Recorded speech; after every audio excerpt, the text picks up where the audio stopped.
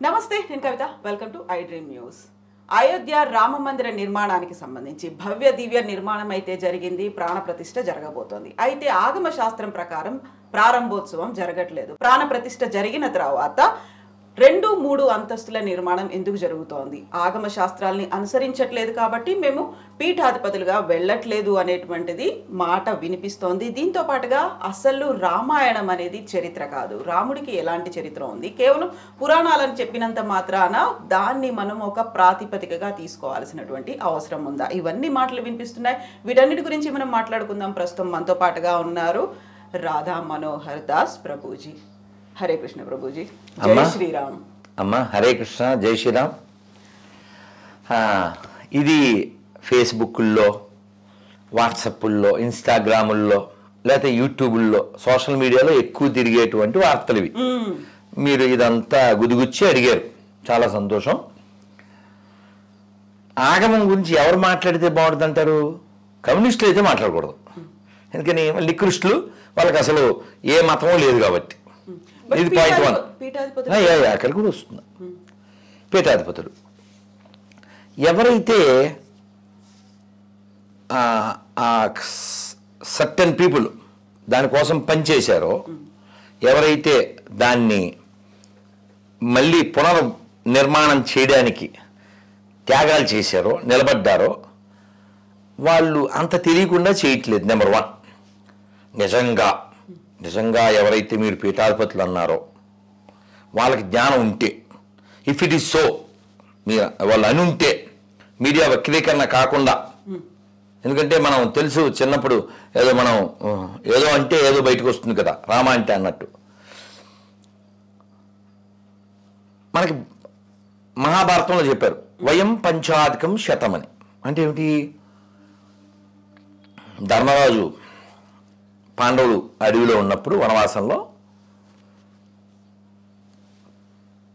ఈ వీళ్ళని ఏమంటారు, కౌరవుల్ని అటాక్ చేశారు. ఎవరు? ఈ యక్షులు, గంధర్వులు. అర్జునుడు, భీముడు చపట్లు కొట్టి కాగల కార్యం గంధర్వులే చేశారు అన్నారు. కానీ ధర్మరాజు ఏమన్నాడు? మరి వాళ్ళకి మనకి జగడం ఉంది, కాదని చెప్పను, కానీ అది అది అది ఎప్పుడు మనం ఉన్నప్పుడు అది వాళ్ళు 100 మంది, మనం 5గురం. కానీ బయట వచ్చినప్పుడు మనం 105గురం. వయం పంచాధికం శతం. ఇది ధర్మరాజు ఇచ్చిన సూత్రం. నిజంగా మీరు వాళ్ళు అన్నది నిజమైతే, ఇఫ్ ఇట్ ఈస్ సో, వాళ్ళు ఎవరితో డిస్కస్ చేయాలి? ఫేస్బుక్లో అవి డిస్కస్ చేయకూడదు, ఫోన్లు చేయాలి. ఎవరికి సత్యం పర్సన్ చేయాలి. రోడ్డు ఎక్కారంటే అది పబ్లిసిటీ స్టంట్. అర్థమైందా? చెప్పడానికి కుదరలేదు అనుకుందాం. వీళ్ళ మాట వినని స్థితే ఉన్నప్పుడు వీళ్ళు మాట్లాడే ఉపకారం లేదు, వాతావరణం పాడు చేయడం తప్ప కదా. ఇంకో విషయం, భగవంతుడు దయామయుడండి. దయలేనోడు అసలు భగవంతుడే కాదు. ఎవరో మెసేజ్ పెట్టారు, మా దేవుడు నిన్ను ప్రేమిస్తున్నాడని. నేను చెప్పా, నన్ను ప్రేమించకపోతే వాడు దేవుడే కాదు, నేనే ప్రేమిస్తున్నాను కదా మనిషిని. నన్ను తిట్టినోను కూడా నేను సార్ అంట. After just human being. మీ దేవుడు ఎలా ఉంటాడు కదా? కన్నప్ప, భక్త కన్నప్ప నీళ్ళు ఎలా పోసాడు కదా? కదా, ఏం పెట్టాడు? నైవేద్యం తిన్నాడు, మాంసం పెట్టాడు. మీరు శ్రీకృష్ణదేవరాయలు వారి అష్టదిగ్గజాల్లో ఆయన పేరు, ఒక కవి పేరు గుర్తులే, ఆయన ఈ తిన్నల గురించి చెప్తారు. అప్పుడు అలా అడవిలో పడి ఉన్న శివలింగానికి ఇలాగా నోటితో శుభ్రం చేసి ఇలా చేసాడు అని. శివుడు అసలు ఏంట్రా తుప్పుకు బ్యాచా నువ్వు, నోటితో ఊసావు, ఇలా ఏమైనా మాట్లాడా? ఏంట్రా మాంసం తెచ్చి ఇలా అన్నాడా? అసుతోషుడు. భగవంతుడు అంటే సులభుడు, బెదిరించేవాడు గాడు కాదు. ఇది అది కాక రాముడికి సంబంధించిన విషయం టాపిక్ ఇది. రాముడు ఎవరిని క్షమించాడు? ఎవరైతే తన భార్యను ఎత్తుకెళ్ళారో ఆ రావణాసురుడికి ఏమన్నాడు తెలుసా? ఎవరో అడిగారు, ఏమండి మీరు విభీషణుడికి రాజ్యాభిషేకం చేశారు, ఆ సముద్రంలో నీళ్లు పోసేసేసి, ఎవరది మన రామేశ్వరం పక్కన ఉంది ధనుష్కోటి, మరి ఇప్పుడు మీరు ఈయన సీఎం అని అనౌన్స్మెంట్ చేశారు, అక్కడ సీఎం ఇంకా చచ్చిపోలేదు. ఒకవేళ ఈ రావణాసురుడు లంక వదిలేసి సీతను వదిలేసి మీ కాళ్ళ దగ్గరికి వచ్చి సరెండర్ అయిపోతే వాట్ యు విల్ డూ అన్నారు. అని నోరు తెరవలే రాముడు. ఏం పర్లేదు, అయోధ్య ఇచ్చేస్తా. అది గట్స్ అంటే గట్స్ ఉన్నది ఇచ్చి కొడతాడు. సరే, మరి రావణాసురుడు చచ్చిపోయాడు. ఎన్ని మనం మెసేజ్ పెట్టినా మెసెంజర్ పంపినా వినలేదు వాడు. ఇతనికి అంత్యక్రియలు చేయమన్నారు విభీషణుడితో. నేను చేయను, వాడు చాలా మంచిది కాదు, ఈ నాట్ కరెక్ట్ అన్నాడు. అప్పుడు రాముడు చెప్పాడు, you are not correct no, ఎందుకంటే మరణాంతరే నవైరం, చచ్చిపోయాక వైరం ఏమిటి, నువ్వు చేయబోతే చెప్పు, నేను చేసేస్తా. ఎందుకంటే you are my brother, you are like my brother, is also like my brother, because you are my brother. ఇది రాముడు శత్రువు పట్ల వ్యవహారం. శత్రువు పట్లే రాముడికి అంత కన్సర్న్ ఉంటే తన కోసమే తప్పిస్తూ తన నామమే జపిస్తూ తన కోసమే జీవిస్తుండే వాళ్ళ పట్ల ఈ అంటాడా? అదేమన్నా ఎడారిగడ్డా? చెప్పండి. ఇంకో పాట, సీతాదేవి అక్కడ లంకలో ఉన్నప్పుడు హనుమంతుడు, అమ్మా వీళ్ళందరూ వేసేస్తా అన్నాడు. ఎందుకు నాయన, ఎందుకేమిటి, నేను ఏడిపిస్తున్నారు కదా అన్న. ఎందుకు ఏడిపిస్తున్నారు? నేను ఇక్కడ ఉండబట్టి. నేను ఇక్కడ ఎందుకున్నాను? రావణాసుడు ఎత్తుకొచ్చాడు కాబట్టి. రావణాసుడు ఎందుకు ఎత్తుకొచ్చాడు? నేను జింక అన్నాను కాబట్టి. బికాజ్ ఆఫ్ జింక సీత వెంటూ లంక. అంటే సీతాదేవి అక్కడికి వస్తేనే సినిమా పూర్తి అవుతుంది, రావణాసురుడు అనే పాత్ర ముగిసిపోవాలి. ఎందుకంటే ఇంకా వెనక్కి వెళ్తే భాగవతంలో శాపం ఇవన్నీ ఉన్నాయి. ఇక్కడ సీతాదేవి మనకి ప్రతీక, మనకంటే జీవాత్మ. శ్రీభాష అప్పలాచార్యులు వారి పేరు విని ఉంటారు, మహానుభావులు చాలా స్పష్టంగా చెప్పారు రామాయణం. రాముడు పరమాత్మ, సీత జీవాత్మ, హనుమంతుడు గురువుగారు. గురువుగారు ఏం చేశారు? ఆత్మను తీసుకొచ్చి పరమాత్మతో కలిపారు. ఈ సీతాదేవితో హనుమంతుడు అమ్మ వెళ్ళి వేసేస్తా అన్నాడు. ఎందుకు వేసేస్తావు అంటే, నేను ఏడిపిస్తున్నారు కదా. నన్ను ఎందుకు ఏడిపిస్తున్నారు? నేను ఇక్కడ ఉండబట్టి. నేను ఇక్కడ ఎందుకున్నాను? జింక అడిగాను. ఆ జింక కోసం వాళ్ళు వెళ్ళేసరికి వీడు ఎత్తుకొచ్చాడు. మరి నేను జనకుడు కూతురుని కదా.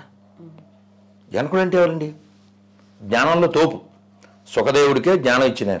మరి అలాంటి ఆయన కూతురుని కదా. బంగారు జింక ఉంటుందా? ఆలోచించవచ్చు కదా. నేను ఆలోచించలేదే. అంటే సీతాదేవి మహాశక్తి, ఆవిడ అమ్మవారు. కానీ ఇక్కడ పాత్ర ఏంటి? ఆవిడ ఒక జీవాత్మక ప్రతీక. రాముడు దేవుడే, కానీ అక్కడ sir I'm son of Dasharatha, మా ఇంటి ఆవిడ సీత, మా తమ్ముడు లక్ష్మణుడు, ఇలాగే మాట్లాడాడు. మా ఊరు అయ్యొచ్చు, మీ దేవుడని వాళ్ళు చెప్పినా ఒప్పుకోలేదు ఈయన. ఎందుకంటే ఈ కేమ్ యాజ్ హ్యూమన్, ఆయన అలా ఉంటేనే వాడిని చంపగలడు. అది దాని విధానం అంతే. మరి కృష్ణుడు ఎలాగదే? పుట్టడమే, రావడమే, శంకుచక్ర గదా పద్మాలతో కనబడిపోయి ఎస్ ఆయన ద సుప్రీం అని వాళ్ళ మన చెప్పేశాడు. అది చివరి వరకు అలా ప్రూవ్ చేస్తూనే ఉన్నాడు. సరే, ఈ సీతాదేవి ఏముందో తెలుసా నాయన? వాళ్ళు నన్ను ఏదో తిడుతున్నారనో అరుస్తున్నారనో నువ్వు హట్ అయ్యావు, నిజమే. కానీ వాళ్ళు ఎందుకు నన్ను అలా చేస్తున్నారు? వాళ్ళు they are following the rules of his orders. They are order carriers, అంతే. వాళ్ళు జస్ట్ టూల్స్ ఆఫ్ రావణ.